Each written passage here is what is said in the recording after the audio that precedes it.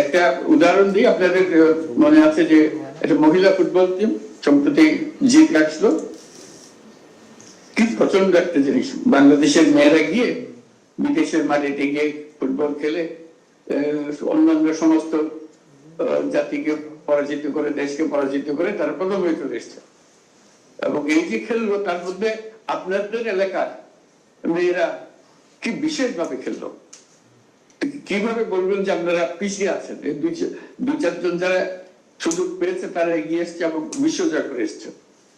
এরকম আরো বহু আছে তারা সুযোগ পাচ্ছে না বলে সেটা হয়ে উঠছে না। আমি যারা আপনাদের এলাকা থেকে এসছে তাদের সঙ্গে কথা বলেছি, আমার কাছে খুব চমকপ্রদ মনে হয়েছে যে কঠিন পরিস্থিতি, কি তাদের বাড়িতে যাওয়া আসার যে কাহিনী শুনলাম, কত কষ্ট করে তাকে পাহাড় ভেঙে তার বাড়িতে পৌঁছতে হয়। তার মা বাবা যদি ঢাকায় আসতে চায় কি কঠিন অবস্থাতে মা ঢাকায় আসে, এবং ঢাকায় থাকার তার জায়গা নেই, কোথায় রাখার জায়গা নেই, এমন পরিস্থিতি। কিন্তু এই পরিস্থিতির মধ্যেই, এই প্রতিকূলতার মধ্যেই তারা বিশ্বজয় করে এসছে। কাজে প্রতিকূলতা থাকলেই যে আমরা পিছিয়ে থাকবো তার কোনো মানে হয় না। এটা আমরা, তারা যে দৃষ্টান্ত দিয়েছে, আরো আমরা অনেক দৃষ্টান্ত আছে, হয়তো আমাদের জাতীয় গণমাধ্যমে সেগুলো প্রকাশিত হয় না, কিন্তু অনেক অনেক আমাদের গর্ব করার মতো জিনিস আছে। কাজে সেই গর্বের স্থানে আমাদেরকে যেতে হবে। এটা যে আপনাদের প্রাপ্য যে স্থান, সকল জেলার চাইতে সবচেয়ে উন্নত জেলা, সবচেয়ে সুন্দর জেলা, সবচেয়ে শিক্ষা প্রযুক্তিতে এগিয়ে যাওয়ার জেলা, এটাই যেন হয়। এই পার্বত্য জেলাগুলো এটাই যেন হয়, এটাই আমাদের লক্ষ্য হবে। আর নিজেদের মধ্যে যে ভেদাভেদ যদি থাকে, আমাদের সঙ্গে সমতলের সঙ্গে যদি ভেদাভেদ থাকে, সেগুলো অতিক্রম করে এটা হবে। এটা বাধা হিসেবে থেকে যাবে আর আমরা পিছিয়ে থাকবো, এটা হতে পারে না। আমরা বাধাকে অতিক্রম করব, সবার সঙ্গে বসবো, আপনাদের উন্নতি দিয়ে দেশের উন্নতি সেটা সবাইকে বোঝাবো, তাহলে আমরা এটার থেকে মুক্তি পাবো। পরস্পরের সঙ্গে ভ্রাতৃত্বপূর্ণ ভাবে থাকতে হবে, কারণ এটাই আমাদের জায়গা, এখান থেকে আমাদের দুনিয়া জুড়েও আমাদের সুনাম নিয়ে আসতে হবে, সেটাই আমরা করব। এই যে আমরা চুক্তির কথা বললাম, চুক্তি ভালো জিনিস, কিন্তু চুক্তি দিয়ে তো মানুষের জীবন হয় না। জীবন হয় পরস্পরের সমঝোতার মধ্যে দিয়ে। আপনার প্রতিবেশীর সঙ্গে আপনি কিভাবে করবেন সেটা তার চুক্তিতে লিখে দিলে হয়ে যাবে, তা হয় না। আপনার পরস্পরের প্রতি যদি ভালোবাসা, পরস্পরের প্রতি যদি শ্রদ্ধাবোধ না থাকে, চুক্তির বান্ধনে আর কিভাবে আপনাকে বাঁধা যাবে না। কাজে ওই ভালোবাসা, ওই পরস্পরের প্রতি শ্রদ্ধাবোধ, এটা আমাদের নিয়ে আসতে হবে। সেটি আমাদের এই সুযোগটা আমাদের করে দিতে হবে। অর্থনৈতিক যে সুযোগগুলো আছে সেগুলোতে আসতে হবে। আমার মনে হয় যেটার উপরে প্রথম থেকে জোর দেওয়া দরকার, এইসব এই যে উচ্চতম স্থানে যাওয়ার পথে শিক্ষা ব্যবস্থাকে ঠিক করা। শিক্ষার দিক থেকে দেখলাম যে খুব কষ্টের মধ্যে লেখাপড়া করতে হয়। যারা শিক্ষক আছেন তাদেরকেও খুব কষ্টের মধ্যে শিক্ষা দান করতে হয়, আর যারা ছাত্র ছাত্রী আছে তাদেরকেও খুব কষ্ট করে লেখাপড়া করতে হয়। অনেক অনিয়ম আছে, অনেক বিঘ্নতা আছে। অনিয়ম বাংলাদেশের সব জায়গাতেই আছে, তো এখানে একটু অনিয়মের পরিমাণ বেশি। এই অনিয়ম গুলোকে আমরা কিভাবে আনতে পারি? আপনাদেরকে সুযোগ দিয়েছে সরকারের পক্ষ থেকে কাজ করার জন্য এবং জেলার চেয়ারম্যান পদে থাকার জন্য, এই স্বপ্নগুলোকে বাস্তবায়ন করার জন্য। সেই সুযোগটা কিভাবে হবে? আপনাদেরকে অনেক আইন কানুনের কথা বলা হবে, আইন কানুন সবই ঠিক আছে, আইন কানুন রাখা হবে, কিন্তু আইন কানুন দিয়ে সবকিছু হয় না। মনের ভেতরে না থাকলে আইন দিয়ে সেটা করা যায় না। মনটাকে আগে আনতে হবে, মনটাকে নিয়ে আসলে সবকিছু সম্ভব। প্রথমে আমরা পড়াশোনার দিকে একটু নজর দেন। আমরা চেষ্টা করি এখান থেকে রাষ্ট্রীয় দিক থেকে যে পড়াশোনাটা কিভাবে ভালো করা যায়, যাতে করে আপনারা গভীর বনাঞ্চলে আছেন থেকে মানুষের বসত থেকে দূরে আছেন বলে, অন্যান্য মানুষের বসত থেকে দূরে আছেন বলে, বড় শহর থেকে দূরে আছেন বলে লেখাপড়ায় পিছিয়ে পড়তে হবে এমন কোনো কথা নেই। লেখাপড়া ওইখানে থেকেই সর্বোচ্চ স্থান দখল করা যাবে, সেটাই আমাদের কাম্য হোক, সেটাই আমরা করি। আর এটা হলো যে যেহেতু বিচ্ছিন্ন এলাকায় বাস করতে হয়, এমনিতেই আমরা যার মধ্যে অনেক বিচ্ছিন্ন এলাকাতে থাকি, কিন্তু আপনাদের একটা প্রাকৃতিক বিচ্ছিন্ন এলাকাতে থাকতে হয়, দূরে দূরে থাকতে হয়, পাহাড়ের এই মাথা থেকে ওই মাথা যেতে হয়। দুর্গম স্থানে কাজ করতে হয়, এগুলো সব। এর জন্য যেটা দরকার, যেটাতে আমাদের বিশেষভাবে আমাদের নজর দেওয়া দরকার, সেটা প্রযুক্তি।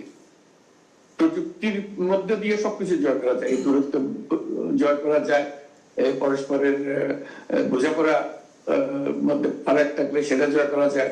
কাজে প্রযুক্তির উপরে আমরা বিশেষভাবে জোর দেব, যাতে করে প্রযুক্তি আর শিক্ষা দুটো মিলে আমরা, আমাদের লক্ষ্য থাকবে বাংলাদেশ সবচেয়ে উত্তম জেলা, উত্তম এলাকা বলি, 3 জেলা মিলে উত্তম এলাকা, এই পার্বত্য অঞ্চলটাই সবচেয়ে উত্তম হবে। এটা কারোর পেছনে থাকা তো প্রশ্নই ওঠে না, বরং সবার উপরে থাকবে। যেরকম আপনাদের মেয়েরা ফুটবল খেলায় প্রথম হয়ে আসলো, সেরকম ছেলেরাও করবে। আপনাদের সন্তানদের দিকে দৃষ্টি দেন, তারা যেন শুধু বাংলাদেশের নাগরিক হবে তা না, তারা বিশ্ব নাগরিক হবে। এইখানে যে এলাকাতে থাকেন, সে এলাকায় দুর্গম এলাকা বলে আমরা পৃথিবীর থেকে বিচ্ছিন্ন হয়ে থাকবো, সেটার কোনো কারণ নেই। আমরা বিশ্ব নাগরিক। আমরা শুধু আমাদের নিজেদের এলাকা পরিবর্তন করবো না, সারা বিশ্বকে আমরা পরিবর্তন করবো, ওইখানে বসে আমরা পরিবর্তন করবো। আমরা এখানে সীমাবদ্ধ থেকে যাব, এই মন যেন না থাকে। মনটাকে, মনের সীমা রেখাটাকে বাড়িয়ে দেবো, যে সারা বিশ্বে আমরা কৃতিত্ব দেখাবো, আমাদের নৈপুণ্য দেখাবো, আমাদের ঐতিহ্য দেখাবো। সবাই এটা উপভোগ করবে এবং সারা দুনিয়ার মানুষ আমাদের কাছে আসবে, আমাদের সঙ্গে কথা বলবে, আমাদের সঙ্গে দেখা সাক্ষাৎ করবে। কাজে ওই ভঙ্গিতে আমরা অগ্রসর হতে, মনটাকে ছোট করার কোনো কারণ নেই। আমাদের সামনে বহু সম্ভাবনা, সেই সম্ভাবনাকে আমরা বাস্তবায়ন করি। আমরা আগামী মাসে, জানুয়ারি মাসে একটা তারুণ্যের উৎসব বলে একটা উৎসব করতে যাচ্ছি। তো সেখানে আপনাদের একটা বিশেষ ভূমিকা পালন করতে হবে। আপনাদের তরুণদের সামনে নিয়ে আসতে হবে, যে যা পারে, যেভাবে পারে, যে খেলা, গ্রাম্য খেলা হোক, গ্রাম্য উৎসব হোক, খাওয়া দাওয়ার উৎসব হোক, যে কোনো উৎসব, যে প্রতিযোগিতা হোক, সে খেলাধুলার প্রতিযোগিতা, রচনার প্রতিযোগিতা, আবৃত্তির প্রতিযোগিতা, নাচের প্রতিযোগিতা। আপনাদের নাচের তো কোনো শেষ নেই, এত সুন্দর সুন্দর নাচ।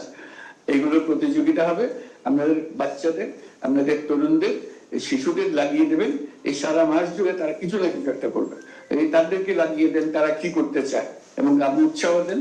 আপনারা জেলা পরিষদ আছে, জেলা পরিষদ থেকে উৎসাহ দেন। আপনাদের যে ভূমিকাতে সরকারের পক্ষ থেকে আপনারা কাজ করবেন, সেখান থেকে উৎসাহ দেন। আপনাদের পরিবারকেও যুক্ত করুন। এটা অন্যরা করবে, আমাদের পরিবার বসে থাকবে ওরকম না। আপনার ছেলে মেয়েদেরকে লাগিয়ে দেন, আপনার স্কুলের আশেপাশে যারা আছে তাদেরকে লাগিয়ে দিন, প্রতিবেশীদেরকে লাগিয়ে দিন। এটা সবার উৎসব, সবার উৎসব। উৎসবের মধ্যে যে যার বৈচিত্র্য আছে সেই বৈচিত্র্য নিয়ে আসুক, সবাই উৎসব, সেটা আমরা উপভোগ করি।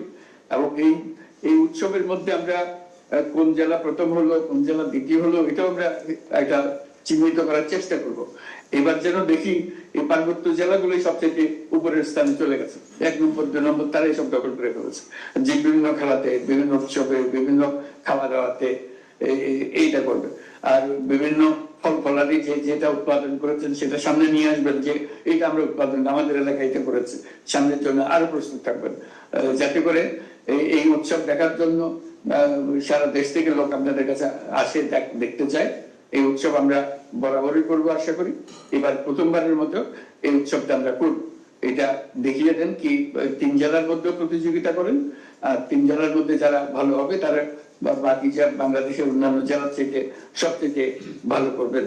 ওই প্রতিযোগিতায় যারা স্থানীয়ভাবে ভালো হবে তারা জেলা পর্যায়ে আসবে, জেলা পর্যায়ে তারা বিভাগীয় পর্যায়ে আসবে, বিভাগীয় পর্যায়ে থেকে তারা রাষ্ট্রীয় পর্যায়ে, দেশের পর্যায়ে চলে আসবে।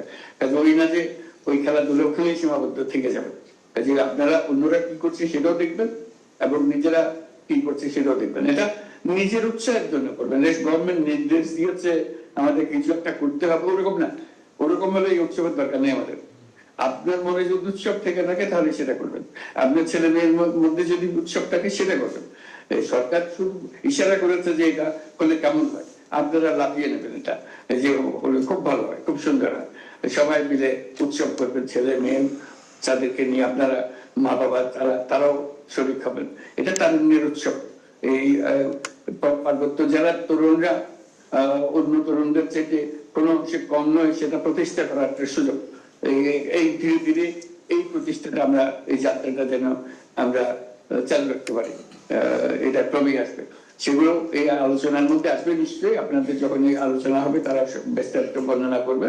কাগজে কাগজে গুলো সব লেখা থাকবে, কিন্তু কাগজে লেখা থাকলে যে বাস্তবে হয় তা না। এই কাগজেরটা কোন রকমের বুঝ দেওয়ার জন্য একটা কিছু করতে হয়, করা একটা ছবি টবি তোলা, উপরে ওয়ালাদের কাছে দিয়ে দেওয়া, এটার কথা বলছেন। কাগজে লিখে দিয়েছে আপনাদেরকে ইশারা দেওয়ার জন্য, আপনারা লাকি উঠবেন, যেটা পেলাম তো সুযোগ একটা, এটা ফুর্তি করার জন্য। সুন্দর মাস জানুয়ারি মাস, এই সারা মাস জুড়ে কিছু কিছু না কিছু একটা করেন, এবং সেগুলো ছবি আমরা যেন দেখতে পাই, আপনাদের ভিডিও টেলিভিশনে দেখা, সারা দেশের মানুষ দেখে, এটার জন্য আমরা আগ্রহ করলাম। আপনাদের কোনো অসুবিধা হলে আমাকে জানাবেন, এই অসুবিধাগুলো আমি দূর করার জন্য সঙ্গে সঙ্গে চেষ্টা নেব। আর আপনাদের তো উপদেষ্টা মহোদয় আছেন, তার সঙ্গে তো সবসময় যোগাযোগ থাকে, আমার সঙ্গে ওনার সঙ্গে আলাপ হয় সবসময় কি হচ্ছে। কাজে যে কোনো বিষয়ে আমার কাছে খবর পৌঁছাতে ওনাকে বললে হবে, যে আমাকে একটা চিঠি লিখলেও হবে, কারো মাধ্যমে না গিয়ে আপনি যদি সরাসরি বলতে চান তার নামে একটা চিঠি লিখে দেবেন। চিঠি লিখে দিয়ে এবং আপনাদের ছেলে মেয়েদেরকে বলবেন যে তোমরা প্রধান উপদেষ্টার কাছে চিঠি দেবে, তোমাদের কি সমস্যা, কি করতে চাও, কি করতে চাও, কি খেলতে চাও, সেটা প্রধান উপদেষ্টার কাছে লেখো। উনি বলছেন যে উনি তোমাদের জন্য একবারে খারাপ, তোমাদের যা যা লাগবে সেটা করে দেবেন।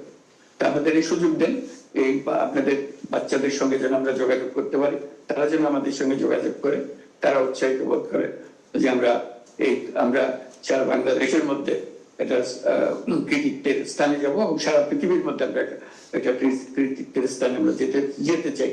আমরা সেই যাত্রা শুরু করলাম, এবং এই যে তারুণ্যের উৎসব করলাম, সেটারও স্লোগানটা হচ্ছে এসো বাংলাদেশ বদলাই, এসো দেশ বদলাই, এসো পৃথিবী বদলাই। আমরা পৃথিবী বদলাইতে চাই, আমরা দেশও বদলাতে চাই, এবং আমরা আমাদের কাজকে আমরা পৃথিবীও বদলাতে চাই। কাজে সেটা সবাইকে নিয়ে আমরা আসেন, আমরা চেষ্টা করে দেখি। চেষ্টা করলে এটা অসম্ভব কিছুই না। সেটা হচ্ছে বললাম, উদাহরণ তো আপনাদের হাতের সামনেই আছে। আপনাদের মেয়ে, গ্রামের মেয়ে কোথায় কি করতো, এখন কোথায় গিয়ে বিশ্ববিদ্যালয় করে ফিরে আসলো, এবং গিয়ে আবার সেই গ্রামে গিয়ে পৌঁছে গেছে। তার কাছে কিরকম মনে হয়, আমি সারা বিশ্ববিদ্যালয় করে আসলাম, আবার এই কষ্ট করে পাহাড় ভেঙে বাড়ি পৌঁছতে পৌঁছতে কখন গিয়ে পৌঁছবো তার সময়সীমা নাই, এমন অবস্থার মধ্যে আছে। এই প্রতিকূলতার মধ্যেও যেটা হয়, এটা তারা বাস্তবে দেখিয়েছে, এবং এটা সবাইকে উৎসাহিত করেছে, আমাদেরকে উৎসাহিত করেছে, এবং আরো বহু বহু ছেলে মেয়ে এরকম করবে, এটা আশা করি।